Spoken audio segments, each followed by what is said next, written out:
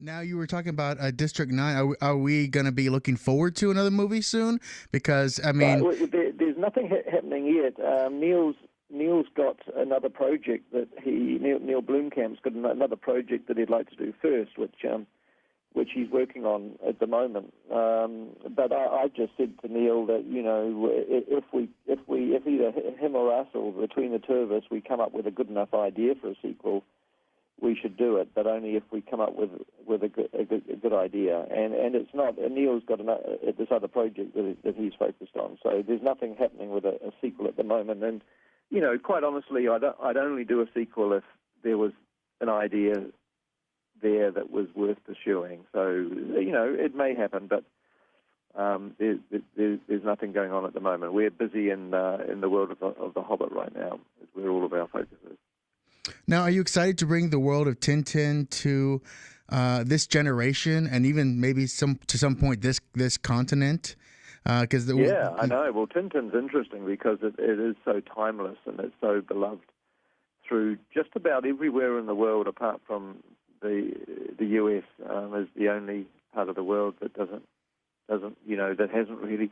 I mean, everywhere else has been Tintin obsessed for nearly 50 or 60 years. It's part of the culture of most of the rest of the world. So hopefully it'll catch on in the States. I mean, I think with Tintin, the film will do okay, even if it didn't find an audience in America. I think there's enough of an audience around the rest of the world to certainly justify the movie. But look, it's very entertaining. It's very exciting. It's everything you'd hope a good film is going to be. So hopefully it will find an audience in the States. It's no different really to marketing an original film.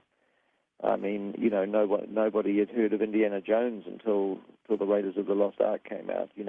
It's just the challenge of Tintin in America is really just the challenge of releasing an original character rather than a character that was sort of widely known like he is in the rest of the world.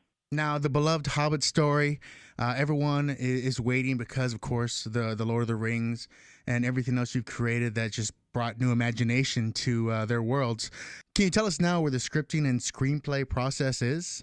Yes, no, we are. I mean, we've finished writing the scripts now, and it's always a good sign when you finish a screenplay and you're excited about the film because, the script is the first look at the movie. The script is the point in the process that we can imagine the film in our heads, and we're at that place now where we can imagine the movie, and it's good. We're very, very happy with the film. That the film as it's progressing at the moment, everything's looking good to us, feeling good. Any names you're thinking about attaching that you see when you're writing the script yet? Well, we've got, some of the original characters. Obviously, we're hopeful. We haven't done any casting yet, but we would hope that any characters that appear from The Lord of the Rings would be played by the same actors is obviously our hope. But we haven't done any. We haven't signed any actors up yet. We've just delivered the screenplays, and we're about to do the budgeting for the studio. So until the studio really signs off on the budget, we can't sign any actors up until they sign off on the film itself. So all this is going to be happening in the next 3 or 4 weeks. So I'd expect that you'll start hearing some casting news probably in about 8 weeks' time. We'll be starting to make some announcements, I would imagine. But there's nobody signed up yet. So tell me, in this day and age of movies right now, with the comic books really taking hold and setting marks, are you anywhere near going towards the comic book angle, the superhero angle? No, I tell you what. I mean, you're going to think, I'm going to lose a few geek points here, but I've never really been into comic books in my life. The only comic book that I've recently read, it's the first time I've ever read comics, is The Walking Dead, which I really have enjoyed. And that's the only comic book I've ever read in my life. I've never read a superhero comic. Never, ever. I've literally never picked one up. No Marvel comic, no Superman comic, nothing. Never read one. So how about that? So that's a terrible confession, isn't it? Well, that's what though, you're the thinking man's comic book reader. Let's go with that. I do, yeah. I just, for some reason, comic books have never done it for me. I mean, I love movies. I love, TV shows. There's a lot of stuff. I love reading books. I mean, there's a lot of things, but comics have just never, ever turned me on. I've never felt excited about comics for some reason. I don't know why it is.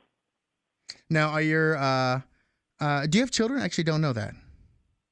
Yeah, I've got two teenagers. Are they into comic books, or is it mostly about TV and video games right now? Right now it's video games. My son's big into Call of Duty, and my daughter's into Facebook, and those sorts of things is what they spend a long time. Are you a Facebooker? Are you a tweeter? No, I don't know.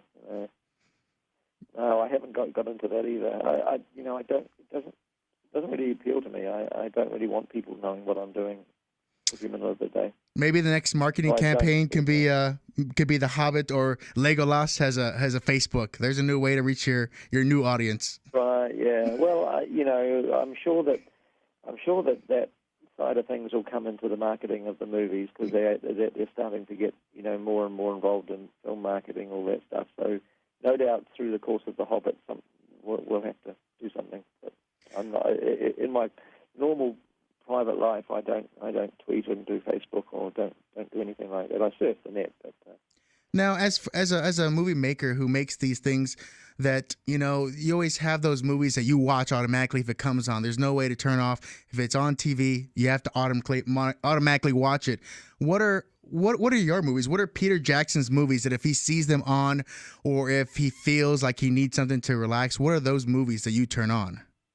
A lot of Martin Scorsese's films I can watch endlessly, like Goodfellas and Casino, The Departed. I mean, I can watch them over and over again, and I do watch them. If I need to be inspired, if I feel like my imagination is drying up, I put one of his films on, and it immediately gets me excited about films. Jim Cameron's movies, a lot of Steven Spielberg's films. I mean, I tell you one movie that's amazing that if you watch it, if you find it on TV and you watch more than 30 seconds, you can't turn it off, is Shawshank Redemption. The Shawshank Redemption has got an incredible quality to it that no matter how many times you see it, I just get hooked on that film within seconds if I find it on a hotel TV or something. So that's a film that I've enjoyed seeing many, many times. In surprise found it on TV.